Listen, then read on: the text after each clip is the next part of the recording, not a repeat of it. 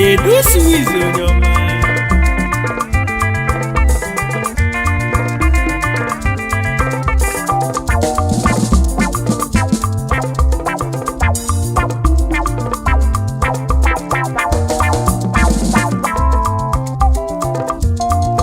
Obodo nwere mmadụ nwa mama na-enwere ndị eji aga ahụ.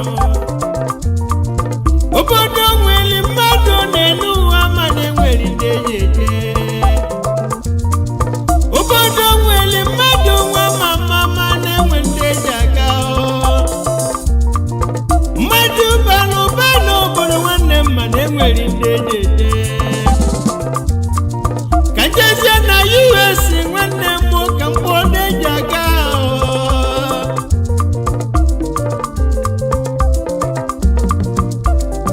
Honorable Fabian Oyolo obodo nwere ndị eji aga ọkụ okporo ụzọ nke izizi na ndọni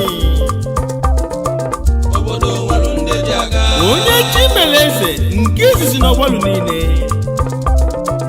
obodo nwere ndị eji aga President Ọgbalụ Association Houston, Texas ndị eji aga National Secretary Ndokwa Association US nwere ndị eji aga National Public Relations Officer obodo nwere ndị eji aga Ọgbalụ National Association USA obodo nwere ndị eji aga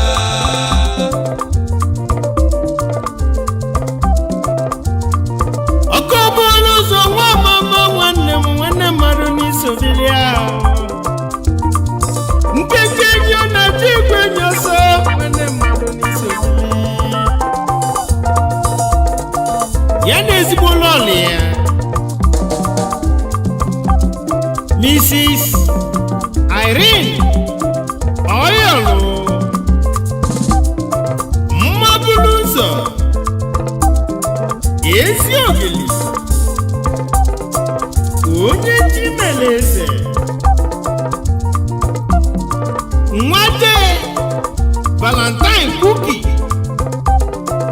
onye ọmasị ọkpọbụ eje mmasị laluo achala ogo n'isobili osodi eme nwanyị ọma na nne mmadụ n'isobili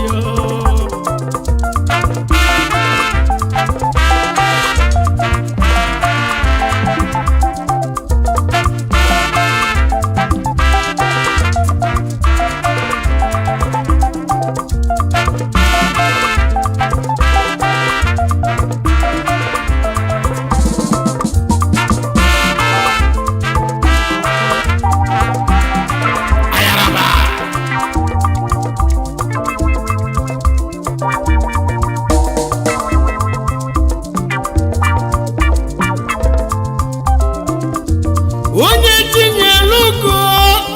tinyere ugo n'isobila Sir Victor Sanipa na-efu onye tinyere ugo of Army onye tinyere ugo na Nkwọ niile onye tinyere ugo na ọgbarụ niile Chairman CEO Saki Associates Washington DC USA National President Ọgbarụ National Association USA nwamba na-efu onye tinyere ugo n'isobili aka na-emelu ụmụ ogbenye ọnwa mama nwanne m niile akwa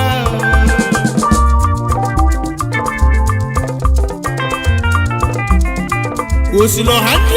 elisi ya na ezigbo lọlị ya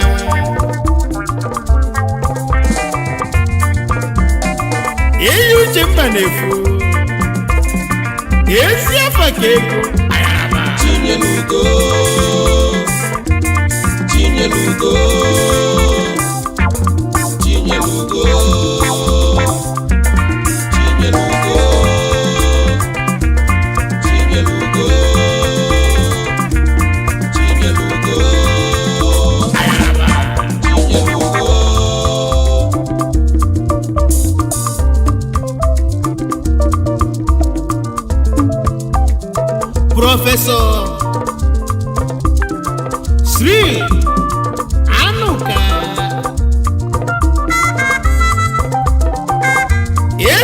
na obi onye okwume ezi mmadụ na ndokwa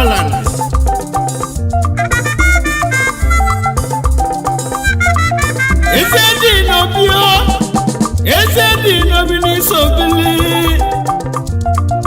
ụfọdụ na ndokwa nwanne m niile afọ ya na ezigbo lọlị ya Mrs. Blessing Anoka Chionye na-edu eze Mama B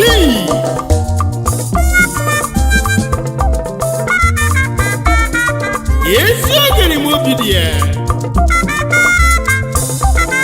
President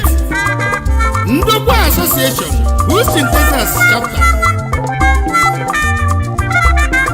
Scholarship Director Ndokwa National Association USA onye okwuma ọmamma egwu atụ ego 1 na Ndokwa Nation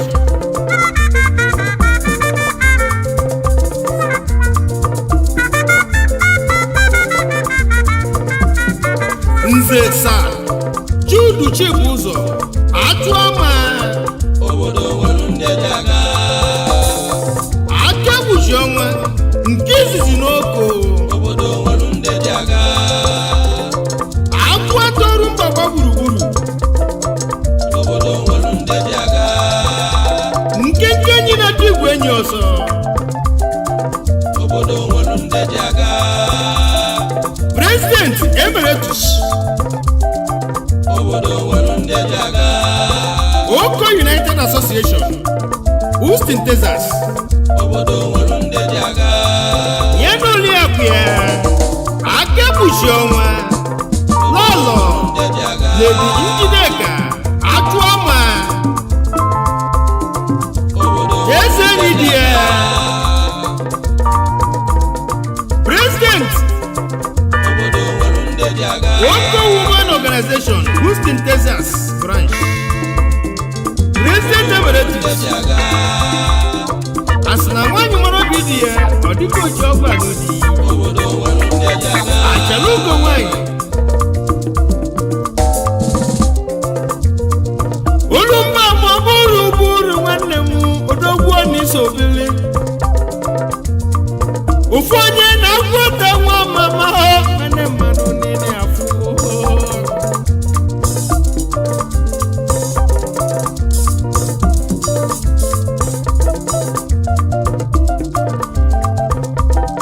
Chief Frank Adolue Akụlụ nọ na kilo ogidi onye ọmasị ọgbalụ eje Chairman Fago Group of Company in Dallas, Texas Fago Table Waters Access in Onitsha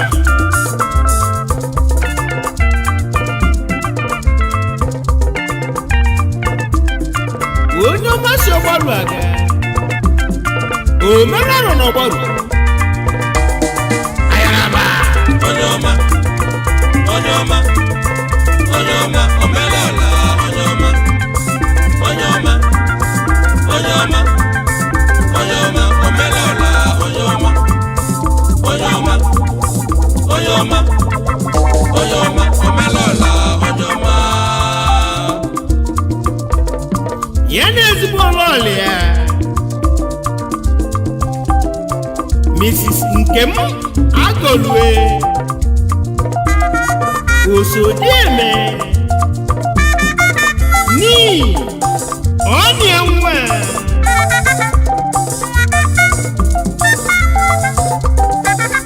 onye ọmasị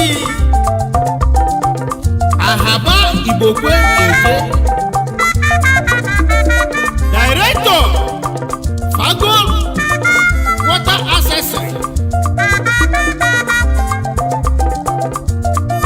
ọmọlú bídíẹ̀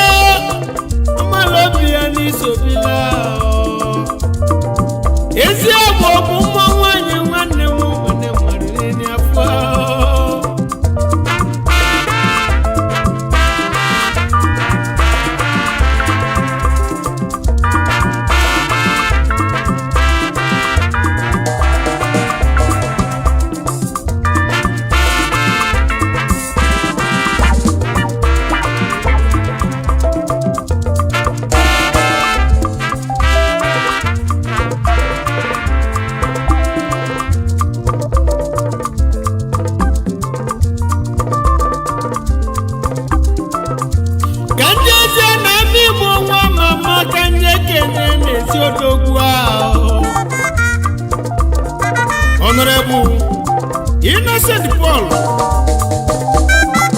ihe kwuru onye mmasị ụgbọala ama Igbo ege 2 times President Emeritus Army Igbo Union Houston, Texas, USA.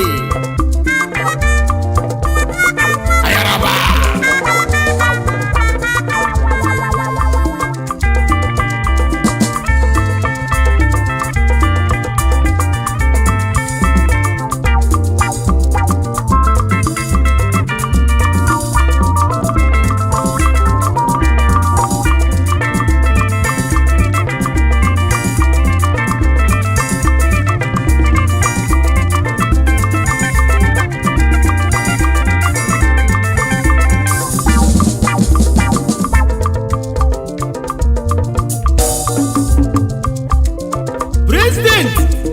Elite Social Club USA. Ọnwa na-ejelu ụgbọ Igbo ọnwa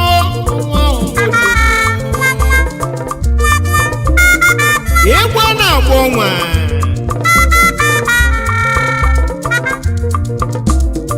ya na-ezigbo lọọlị ya Lady Victoria ihe kwuru ọmụma salụ nze nwanyị eji eje mba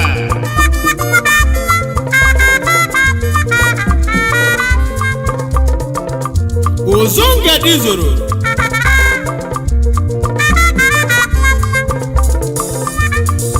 achala ugo nwanyị ọma nwanyị n'isofeli akpọrọ na kwuru ya niile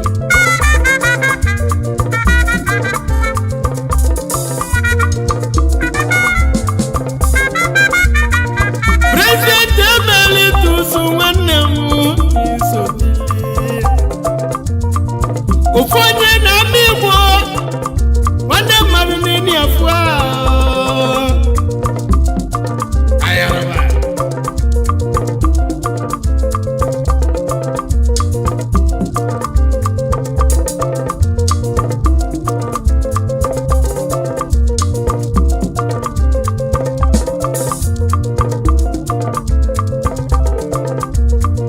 obodo nwere mmadụ nwe mama na-enwere ndị eji aga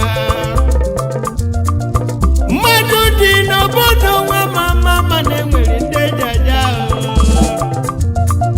ndị agịrịga ụwa n'obodo ejeje